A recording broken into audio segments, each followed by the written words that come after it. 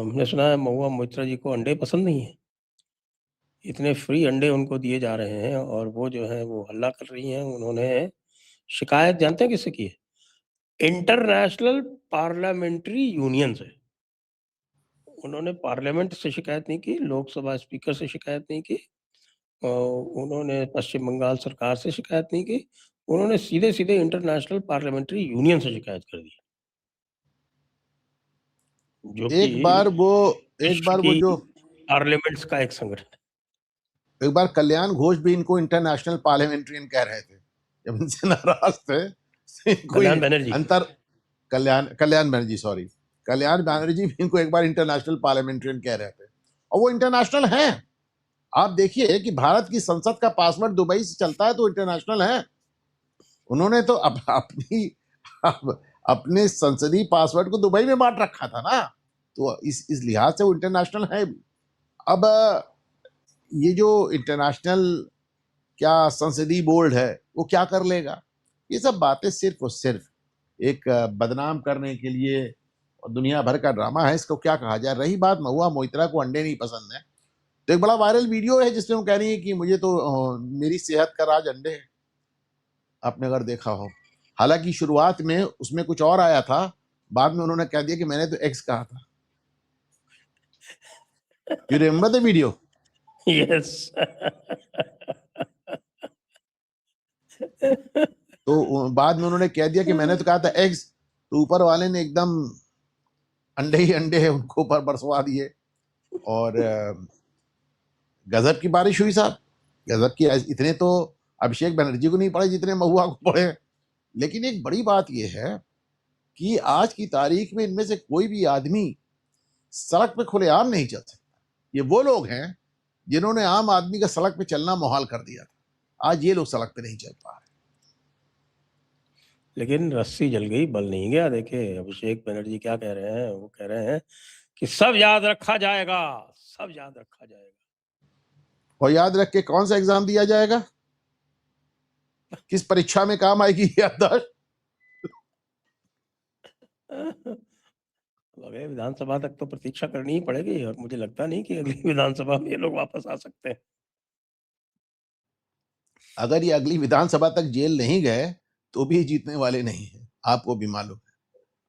किसी हालत में जीतने वाले नहीं, बल्कि अगली विधानसभा में इनकी पार्टी डबल फिगर में। इनकी पार्टी भी किसको माना जाए? आज तो टीएमसी के बागी गुट ने दावा कर दिया कि असली टीएमसी हम ही है, और बल्कि उन्होंने चुनाव आयोग से एक बात और कहा जो अब तक मैंने किसी को एक बात कहते नहीं दिया। उन्होंने कहा जो कुछ फैसला लीजिए तत्काल लीजिए, तुरंत लीजिए, हम बहुत जल्दी में।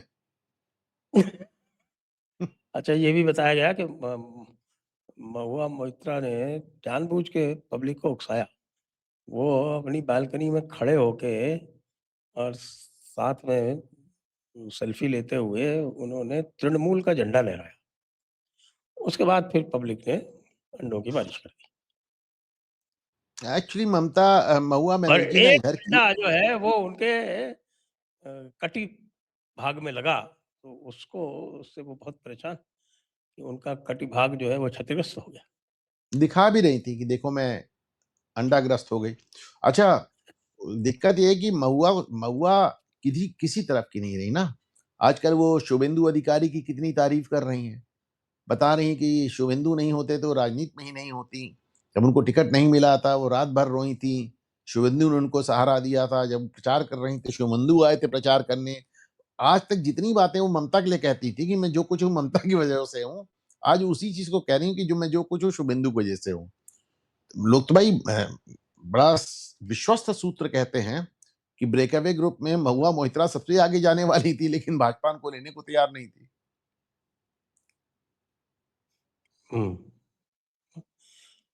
तो ये तो है, जिसको कहते हैं ना, वो पुरानी कहावत है ना कि साहब के लातों के भूत बातों से नहीं मानते। लातें पड़ रही हैं तो सारे के सारे मान के राम राम राम राम कर रहे हैं। भले ही भूत के मुंह से राम राम हो, लेकिन राम राम तो कर रहे हैं। चलिए, ये तो महुआ जी हुई। लेकिन एक बड़ा जबरदस्त काम किया है शुभेंदु अधिकारी ने कि उत्तर प्रदेश के जो तो वो योगी जी के दो प्रमुख अस्त्र हैं, यानी कि एक तो गैंगस्टर्स एक्ट और दूसरा आपका ऑर्गेनाइज्ड क्राइम कंट्रोल एक्ट, उन दोनों को उन्होंने तुरंत में लागू कर दिया है। एक का नाम उन्होंने रखा है public safety act, public safety and prevention of anti social activities act, एक तो ये है। और दूसरा एक उनके यहाँ पुराना है कोई एक्ट हुआ करता था जिसमें तो था कि आपके West Bengal maintenance of law and order act, उसमें उन्होंने संशोधन करके और मुआवजे की वसूली का प्रावधान कर लिया। बाकी प्रावधान थे उसमें, मुआवजे की वसूली के हिसाब की कोई अगर डैमेज वैमेज करेगा या कुछ करेगा, सबवर्सिव एक्टिविटीज में जो भी डैमेज होगा उसमें, दंगे में होगा, उसका मुआवजा तुरंत वसूल कर लिया जाएगा और जब्ती भी कर ली जाएगी और नीलामी भी कर ली जाएगी। अब योगी तो इन सब मामलों में योगी सुप्रीम कोर्ट तक लड़े हैं। ये अच्छी बात है कि योगी की लड़ाई का फायदा फाइनली बाकी मुख्यमंत्रियों को मिल रहा है। बिल्कुल। गैंगस्टर्स एक्ट तो पुराना है उत्तर प्रदेश में, और ये यूपी कोका भी पुराना है। यूपी कोका भी पुराना है, सारे पुराने हैं। जो देखिए, कानून सब हैं, लागू करने की नीयत चाहिए। इनफैक्ट ना यूपी कोका चाहिए ना गैंगस्टर एक्ट चाहिए। मैं जमाने से एक बात कह रहा हूं कि इंडियन पेनल कोड में सब चीज का इलाज है। स्पेशल एक्ट कहीं चाहिए ही नहीं, बस कायदे से आप लागू कर लीजिए उसको, कायदे से लागू कर लीजिए। हाँ वो है ना, मैं तो मानता हूं 10 जितने स्पेशल लॉज बने हैं सबका मिसयूज हुआ है।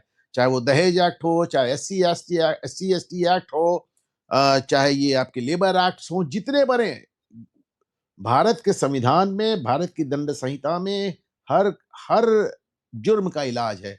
बस ठीक से लागू करना चाहिए। जो लोग लागू करते हैं वो दफा 25 पे पूरा काम निपटा देते हैं।